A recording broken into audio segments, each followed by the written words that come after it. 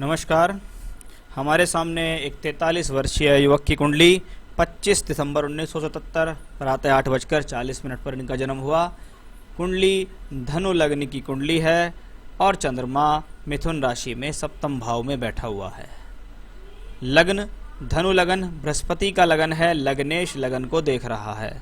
जब जब लग्नेश लगन को देखे इसका मतलब लगन बली है। लगन बली है, मान सम्मान मिलेगा, आयु के लिए अच्छा, स्वास्थ्य के लिए अच्छा, लंबी आयु जीने में सक्षम है, जीवन में मिलने वाला मान सम्मान, पद प्राप्ति, प्रगति को संभालने में सक्षम है। यानी व्यक्ति स्वयं इस चीज़ को लिए कैपेबल है कि हाँ, मुझे अगर जीवन में कुछ मिलेगा अचीवमेंट तो मैं उसे लंबे समय तक संभाल कर रख सकता हूँ। ऐसा होता है लग्न। लगन और सप्तम भाव के मालिक यानी बुध और बृहस्पति इस कुंडली में राशि परिवर्तन करते हैं। सप्तम भाव पद प्राप्ति, पब्लिक इमेज के लिए जाना जाता है। जब लग्नेश और सप्तमेश राशि परिवर्तन करें तो कुछ शास्त्रों में लिखा हुआ है ये पद प्राप्ति के लिए, प्रोफेशनल लाइफ के लिए, स्वयं के बल पर कुछ अचीवमेंट करने के लिए अच्छा होता है। साथ ही साथ कभी कभी ये स्थिति विवाह में देरी देने में भी सक्षम होती है। यानी कुछ डिले से, कुछ देरी से ऐसे लोगों का विवाह भी देखा है। अब सप्तम भाव में गुरु चंद्र का योग है। कुछ लोग इसमें भ्रमित रहते हैं कि ये गजकेसरी योग है, लेकिन ये कतई भी गजकेसरी योग नहीं है। गुरु चंद्रमा का एक योग है जो व्यक्ति को दानी, धार्मिक और सत्यवादी बनाता है। यानी व्यक्ति राजसिक और सात्विक गुणों में बिलीव रखता है। यानी किसी का कुछ लेना नहीं है, किसी के पैसे नहीं मारने हैं, किसी का गलत पैसा मुझे नहीं चाहिए, मैं अपने स्वयं के बल पर करने में सब कुछ सक्षम हूँ, दान धर्म भी करता हूँ। लगन में भाग्येश सूर्य विराजमान है, व्यक्ति भाग्यशाली है, भाग्य के बल पर उसे मिलता है, घर परिवार के बल पर मिलता है। यानी ये सूर्य की स्थिति आपको जीवन में और तरक्की देगी। अब आती है शुक्र की बारी।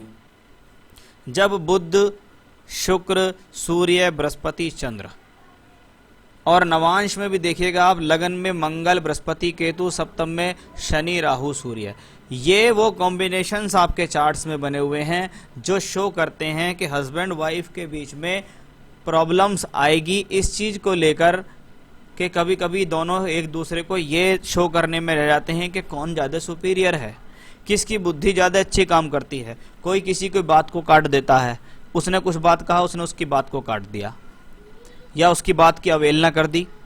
ऐसा इन चीज़ों को लेके हस्बैंड वाइफ के बीच में प्रॉब्लम्स की सिचुएशंस या प्रॉब्लम यहाँ साफ तौर पर दिखाई दे रही है।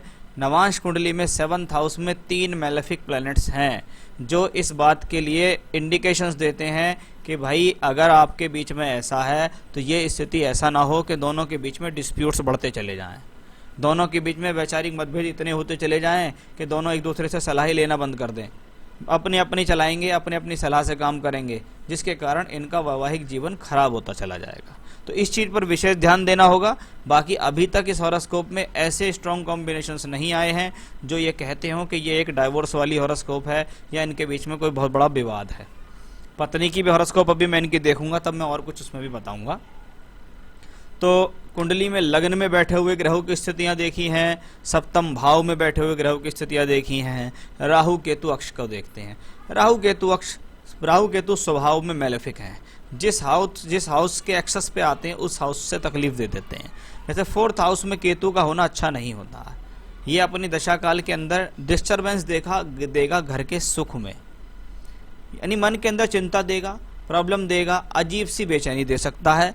साथ ही साथ 10th हाउस में राहु हो, बुध की राशि में है तो ये व्यापारिक गुण देने में सक्षम है। प्रोफेशनल लाइफ के लिए देखें तो ये कॉम्बिनेशन अच्छा है। आपके चार्ट में ये कॉम्बिनेशन है कि ये व्यक्ति अगर बिजनेस करे तो ये बिजनेस में सफल हो सकता है, इसमें कोई भी संदेह नहीं है। तो वो कॉम्बिनेशन से आया। शनि बैठे हैं 9th हाउस में। नवम भाव में शनि सूर्य की राशि का शनि है। अब क्या है, धनेश होके यहाँ बैठा है और यहाँ अपनी राशियों से ही इस प्लेनेट की पोजीशन ज़्यादा अच्छी नहीं है। अब भाग्य स्थान में बैठा है, धन और भाग्य, धन, पिता, कुटुंब और धन, यानी जब धन दूसरे घर का मालिक 9th हाउस में हो तो व्यक्ति को घर परिवार से या पिता से कुछ ऐसी सपोर्ट मिल जाती है जिसके कारण वो अपनी प्रोफेशनल लाइफ में आगे चल जाता है। कोई सपोर्ट, कोई सहयोग, कोई पैसा वैसा मिलना, कोई जमा जमाया बिजनेस मिलना, या घर के काम को ही कर रहे हैं, ऐसा भी मैंने बहुत देखा है। शनि की स्थिति टूर से, ट्रैवलिंग से, यात्राओं से आपको जीवन में तरक्की दिलाने में सक्षम है। मंगल अष्टम भाव में वक्री है और नीच का है। वक्री प्लेनेट को शक्त कहा गया है, लेकिन जब वो अष्टम में बैठे और नीच का हो जाए मंगल जैसा प्लेनेट, तो व्यक्ति को अपनी बुद्धि पर संयम रखना चाहिए।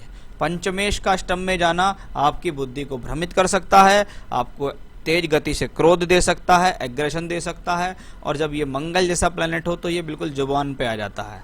जुबान पे आने का मतलब है फिर व्यक्ति ये नहीं सोचता कि मैं क्या कह रहा हूँ, क्या बोल रहा हूँ और किसके सामने किसको क्या कह रहा हूँ, क्योंकि ये एर्थ लॉर्ड एर्थ हाउस में है, ये आपके मांगल्य जीवन को खराब कर सकता है। तो इससे बहुत ज़्यादा सावधान देना होगा। नीच का मंगल जब चौथे इसमें हो तो कभी कभी व्यक्ति की शिक्षा को भी अधूरा देखा गया है कि शिक्षा थी, ठीक ठाक चल रही थी, चाहता तो व्यक्ति कर लेता, लेकिन वो शिक्षा को अधूरापन दिखाने में भी ये मंगल यहाँ सक्षम है। तो ओवरऑल चार्ट्स ठीक है, प्लैनेट्स की पोजीशन मैंने लगन में, नवांश में भी देखी है, दशांश में भी देखें। अभी शनि की महादशा आपको चल रही है, 19 वर्ष की महादशा होती है, सितंबर 2031 तक चलेगी। शनि क्या है कुंडली में वो मैंने अभी आपको बताया है। शनि यहाँ भी देखिए दूसरे तीसरे का मालिक होकर 7th हाउस में, लेकिन यहाँ राहु केतु एक्स में सूर्य के साथ भी है कि भैया पत्नी के साथ संबंध संवारने होंगे। अब दशमांश में कहाँ, शनि 2nd हाउस में, राहु केतु एक्सेस में शनि जब आ जाए और पंचमेश भी है, इसका मतलब शनि अपनी दशा काल के अंदर आपको धन देने में सक्षम है, प्रोफेशनल लाइफ देने में सक्षम है, तरक्की देने में सक्षम है, इसमें कोई भी संदेह नहीं है। अब आ रही है शनि में शुक्र।